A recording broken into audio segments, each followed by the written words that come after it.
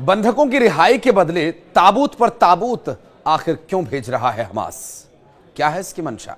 Netanyahu का पारा चढ़ना तो इस पर तय है, लेकिन अब क्या करेगा इजराइल, ये अहम सवाल है। नमस्कार, मैं हूं आशीष त्रिपाठी आपके साथ और अब बात करेंगे इस वीडियो में, बने रहिएगा अंत तक, कि इजराइल अब क्या करने वाला है। हमास की तरफ से उठाए गए इस कदम के बाद क्या इजराइल का, या यूं कहें कि वहां के प्रधानमंत्री बेंजामिन नेतन्याहू का कोई और विकल्प उनके पास बचा है? इजराइल और हमास के बीच मामला एक बार फिर से बिगड़ने की संभावना बढ़ती दिखाई दे रही है।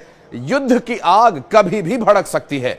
हमास की हरकतें देख इजराइल युद्ध विराम समझौते को ताक पर रख सकता है और हमास बंधकों के बदले ताबूत पर ताबूत भेजे जा रहा है।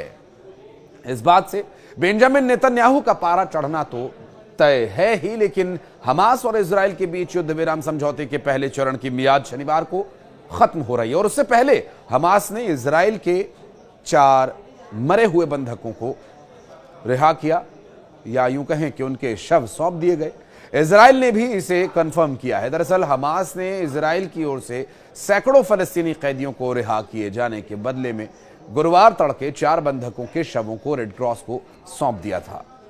ये शव ताबूत सौंपे गए, लेकिन इजराइल को ताबूत में जो 4 बंधकों के शव सौंपे गए उनकी पहचान का खुलासा हो चुका है और तस्चाची ईडान और इज्जाक एलगारट और ओहाद याहलोमी और श्लोमो मंजूर के शवों को इजराइल पहुंचा दिया गया है और ये चारों मृत हालत में इनकी बॉडीज को सौंपा गया। अक्टूबर 2023 को हमास के नेतृत्व वाले हमले में अब इन्हें बंदी बना लिया गया था और इजराइल के एक सीनियर अधिकारी के मुताबिक हमास ने बंधकों के शवों को रेड क्रॉस को सौंप दिया है और 4 बॉडीज जो ताबूत में रखकर दी गई, मिस्र के मध्यस्थों की मदद से इजरायली सीमा के जरिए इन्हें यहां पहुंचाया गया और इसके बाद पहचान किए जाने की प्रक्रिया शुरू हुई। जब हमास ने बंधकों के शव सौंपे, लगभग उसी समय रेड क्रॉस का काफिला रिहा किए गए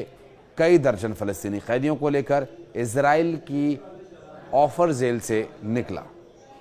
अब वेस्ट बैंक के बेतुनिया शहर में जयकारे और परिवार, दोस्तों और समर्थकों की भीड़ वहां जमा हो गई और यहां पर नारेबाजी होने लगी और साथ ही जो बस के आते ही एक झलक पाने के लिए धक्का मुक्की पर लोग उतारू हो गए और जो लोग छूट कर आ रहे थे, लोग उनसे मिलना चाह रहे थे, परिवार के लोग मिलना चाह रहे थे, मीडिया के लोग मिलना चाह रहे थे और रिहा किए गए उनके कैदियों की अगवानी करने के लिए जो परिवार के लोग पहुंचे थे, शुभचिंतक पहुंचे थे, उन्होंने उनका स्वागत किया, उन्हें गले से लगा लिया, फोटोज लिए गए, वीडियोस बनाए गए। रिहा किए गए एक व्यक्ति ने विजय चिन्ह बनाया और उसके समर्थकों ने उसे कंधों पर उठा लिया और भीड़ ने अल्लाहू अकबर के नारे लगाए। इन कैदियों में से कई को 7 अक्टूबर 2023 के हमलों के बाद हिरासत में ले लिया गया था।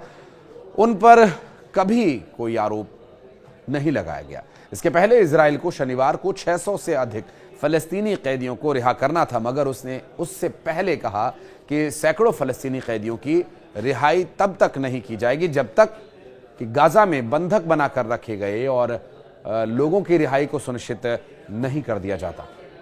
इतना ही नहीं, बंधकों को अपमानजनक तरीके से सौंपना बंद नहीं किया जाता तब तक ये नहीं होगा और नेतन्याहू ने सेरेमनी नहीं करने को कहा था। हमास ने भी बात को मान लिया और इस बार उसने सेरेमनी नहीं की। इजराइल ने कहा था कि हमास इस डील को शांति से करे और ऐसी सेरेमनी न करे। इजराइल और हमास के बीच अदला बदली की रात में एक नाजुक संघर्ष विराम समझौते के तहत यह हुई।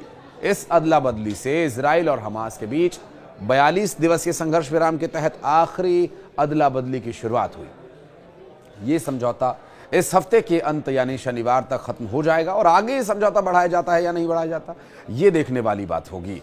और दोनों पक्षों को इस महीने की शुरुआत में युद्ध को स्थायी रूप से खत्म करने को लेकर बातचीत शुरू करनी थी, मगर यह स्पष्ट नहीं है कि क्या यह संभव हो पाएगा। हालांकि ताबूत देखकर इजराइल में गुस्सा है। इजराइल ने आखिर किस मजबूरी में ऐसा सौदा किया, इस पर भी सवाल उठ रहे हैं। आखिर इजराइल ने 4 शवों के बदले इतने फलस्तीनियों को क्यों सौंप दिया? क्योंकि ये बात तो समझ से परे, इसे समझने की भी कोशिश करनी होगी। लेकिन अब तक जो समझ में आया उससे इतना तो तय है कि नेतन्याहू का पारा जब चढ़ेगा तो इजराइल हमास से बदला लेने का इरादा जरूर करेगा।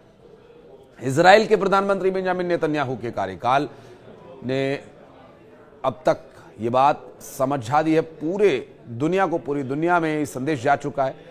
दरअसल उनके कार्यालय से बुधवार को जो संदेश आया वो ये कहा गया कि बंधकों के शवों को इस बार सौंपे जाने के दौरान कोई कार्यक्रम आयोजित नहीं होगा। इस अदला बदली से युद्ध विराम के प्रथम चरण के तहत दोनों पक्षों के दायित्व पूरे हो जाएंगे। पहले चरण में हमास ने लगभग 2000 फलस्तीनी कैदियों के बदले में 33 बंधकों को लौटाया, जिनमें 8 शव भी शामिल है। बहरहाल ये स्थिति बन सकती है जब इजराइल इस बारे में कोई विचार करेगा। हालांकि कोई ऑफिशियल बयान इस संबंध में नहीं आया है। उम्मीद करते हैं कि बदले की भावना वाला भाव खत्म हो और एक शांति का रास्ता अख्तियार किया जाए। लेकिन इजराइल के लोगों के ताबूत सौंपे जाने से बेंजामिन नेतन्याहू तिलमिलाए हुए हैं, ये बात साबित हो चुकी है। इस वीडियो के बारे में या फिर आगे युद्ध की परिस्थितियों को लेकर अगर आप कुछ कहना चाहते हैं तो हमें ज़रूर बताइएगा। इस पूरे वीडियो में से किसी स्पेसिफिक टॉपिक पर अगर आप एक और वीडियो देखना चाहते हैं तो कमेंट सेक्शन में आप हमें रेकमेंड कर सकते हैं। अगर वीडियो आपको इन्फॉर्मेटिव लगा, अच्छा लगा तो लाइक कीजिए। किसी और को ये जानकारी आप भेजना चाहते हैं तो शेयर कीजिए। और फेसबुक पेज पर देख रहे हैं तो पेज को लाइक कीजिए। और अगर यूट्यूब चैनल से आप हमारे जुड़े हैं और सब्सक्राइब नहीं किया है तो प्लीज़ सब्सक्राइब कीजिए। धन्यवाद।